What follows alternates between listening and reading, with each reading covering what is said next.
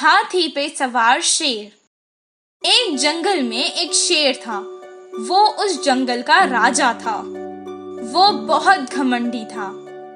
एक दिन उसने लोमड़ी को बुलाया और कहा कि सभी जंगल के जानवरों को एक साथ इकट्ठा करो। उसी तरह उसने सभी जानवरों को बुलाया।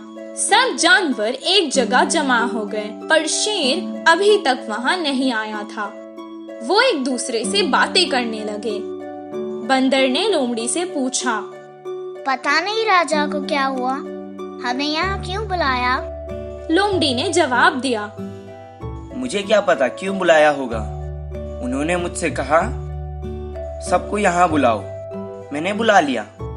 अगर मैं तुम्हारी तरह सवाल करता तो मैं अभी यहाँ जिंदा नहीं होता। हाँ बिल्कुल लोमड़ी बहन, सच कहा तुमने। हमारा राजा है ही ऐसा। शायद वो वायरस आया है ना, उसके बारे में बात करने के लिए बुलाया होगा।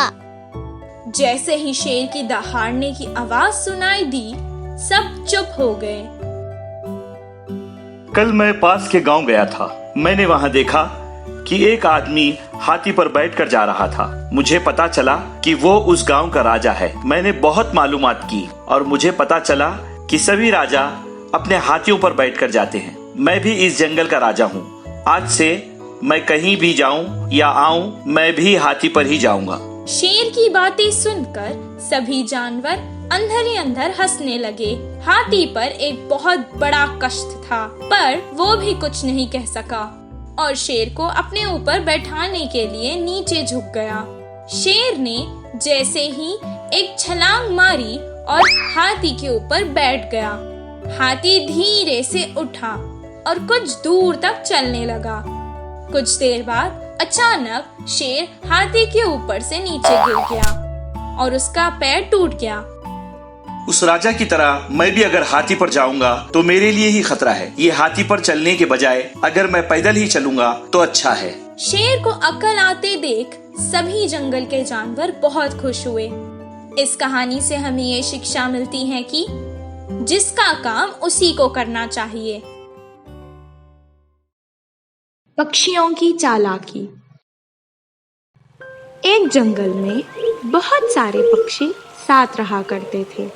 वो हमेशा साथ खेलते और खुशी से साथ चहचहाया करते थे। वो हमेशा साथ उड़ा करते थे। एक दिन ऐसे ही जब वो एक साथ उड़ रहे थे, तब उनकी नज़र एक विशाल पेड़ के नीचे पड़े बहुत सारे दानों पर गई।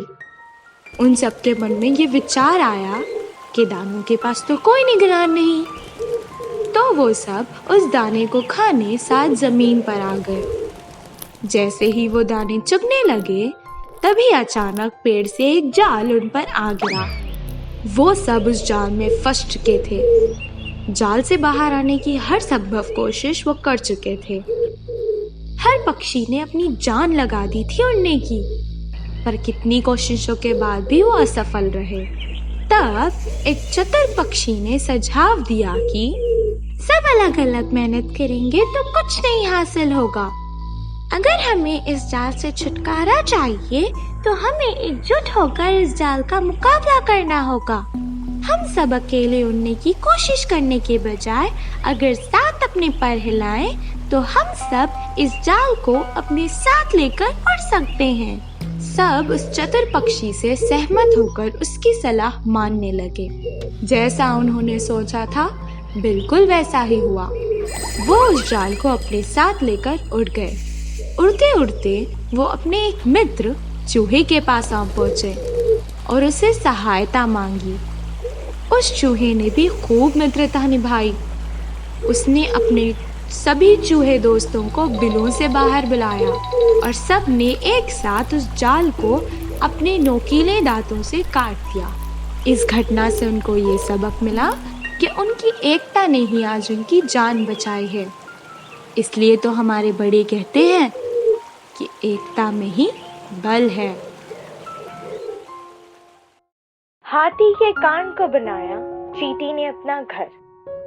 एक दिन चींटी हाथी को देखकर गहरी सोच में पड़ गई। चींटी चाहती थी कि वो हाथी के अपने परिवार के साथ एक सुखी जीवन बिताए। चींटी तुरंत हाथी के आगे जाकर खड़ी हो गई और बहुत जोर से आवाज लगाने लगी। ओ हाथी, मेरी बात सुनो। मैं और मेरे परिवार के सभी सदस्य तुम्हारे कान में रहना चाहते हैं। तुम्हें मैं एक हफ्ते का वक्त देती हूँ। अगर तुम्हें कोई आपत्ति है तो मुझे बता दो, ठीक है ना? हाथी को चींटी की खबर भी नहीं हुई। वो उसे ना ही सुन सकता था ना ही देख सकता था। वो अपने काम में ही लगा हुआ था। अगले एक हफ्ते तक रोज चींटी हाथी के आगे आकर पूछती कि उसे कोई आपत्ति है या नहीं। हाथी उसे देख नहीं सकता था, इसीलिए वो अपने ही काम में व्यस्त रहता था। चींटी को लगता कि उसे कोई आपत्ति नहीं है। एक हफ्ता पूरा हो गया। उसने निर्णय कर लिया कि हाथी को कोई आपत्ति नहीं है, तो वो अपनी पत्नी और अपने बच्चों समेत हाथी के कान में अपना घर बनाकर 1 महीने तक आराम से रहने लगा। चींटी की पत्नी अब यहाँ रहना नहीं चाहती थी, उसे वहाँ से जाना था। मुझे अब यहाँ नहीं रहना है, चलो कहीं और चलते हैं। जिस हाथी ने उन्हें 1 महीने तक साया दिया, उसे कोई भी कष्ट दिए बिना वो जाना चाहते थे। ओ हाथी, हम यहाँ 1 महीने से तुम्हारे कान में रह रहे हैं। हमें यहाँ किसी भी चीज की तकलीफ नहीं हुई। तुम्हारा कान बहुत बड़ा है और बहुत ही आरामदायक है। अब मेरी पत्नी यहाँ से जाना चाहती है। तुम्हारा धन्यवाद, तुमने हमें मना नहीं किया। अगर तुम्हें हमारे जाने से कोई आपत्ति तो हम तुम्हें 1 हफ्ता दे रहे हैं। इस वक्त में बोल देना। 1 हफ्ता पूरा हुआ। हाथी ने इस हफ्ते में भी कुछ नहीं कहा, क्योंकि हाथी को कुछ सुना ही नहीं दिया। अब चींटी और उसका परिवार हाथी के कान से बाहर आ गए। वो हाथी को धन्यवाद कहने के लिए उसकी सूंड पर चढ़ गए। धन्यवाद कह दिया और उतरने लगे। अचानक हाथी के चेहरे पर एक मक्खी आके बैठ गई। मक्खी को भगाने के लिए हाथी ने जोर से अपनी सूंड हिलाई। मक्खी उड़कर चली गई। इसी दौरान चींटी और उसका परिवार आगे एक नदी में गिर गया। इस कहानी से हमें ये शिक्षा मिलती है कि सब अपना जीवन खुद जीते हैं। अगर हमें कोई देखता नहीं तो कोई बात नहीं। माँ का कहना ना मानने वाले बतख के बच्चे। एक छोटे से जंगल में एक नदी हुआ करती थी। नदी में एक बतख और उसके 2 बच्चे रहते थे। कभी कभी बच्चे माँ से दूर जाकर नदी में खेलते थे। हमेशा उनकी माँ उन्हें समझाया करती थी, बच्चों, तुम लोग मुझसे दूर मत जाया करो। पानी बहुत तेज है, कब कौन सा खतरा तुम पर आ जाए पता नहीं। कभी भी कहीं से भी दुश्मन आ सकते हैं। इस चीज का ध्यान रखना, समझ गए ना? किसी अनजान व्यक्ति से दोस्ती मत करना। माँ का कहना मानकर वो हमेशा सतर्क रहते थे। खेल कर वापस सुरक्षित आ जाया करते थे। एक दिन वो दोनों ने नदी के बीच एक दौड़ लगाई। एक बच्चा जहाँ पानी का बहाव कम था उस तरफ से तीरता हुआ जा रहा था, तो दूसरा बच्चा जहाँ पानी का बहाव ज्यादा था वहाँ से जल्दी पहुँचने के लिए जा रहा था। मैं अगर इस तरफ से जाऊंगा तो मुझे ज्यादा मेहनत करके तीरने की जरूरत नहीं होगी, क्योंकि पानी के बहाव से ही मैं बहकर चले जाऊंगा और जीत जाऊंगा।